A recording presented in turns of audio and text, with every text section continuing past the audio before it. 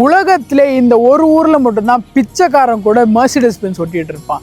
எந்த ஊர் தான் பார்க்குறீங்க? அதுதான் மொனாக்கோ. இந்த ஊருக்கு நம்ம இந்தியாவோட கோடீஸ்வரம் போனால் கூட பிச்சைக்காரனா தாங்க ஃபீல் பண்ணுவான். இந்த ஊர் ரொம்ப சின்ன ஊர். ஒரு 3.5 கிலோமீட்டர்ஸ் தான் டோட்டல் ஸ்ட்ரெச்சே இருக்கும். ஆனால் இங்கே பாப்புலேஷன் பார்த்தீங்கன்னா 35 to 40,000 தான் இருப்பாங்க.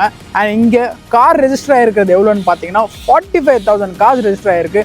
அதுவும் எல்லாமே சூப்பர் கார்ஸ் தான். அண்ட் மோஸ்ட்டாக ரெஜிஸ்டர் ஆனது எல்லாமே மெர்சிடிஸ் தான். அது மட்டும் இல்லாமல் உலகத்திலே மோஸ்ட் எக்ஸ்பென்சிவான மெர்சிடிஸ் காரும் அங்கே தான் ரெஜிஸ்டர் ஆகிருக்கு.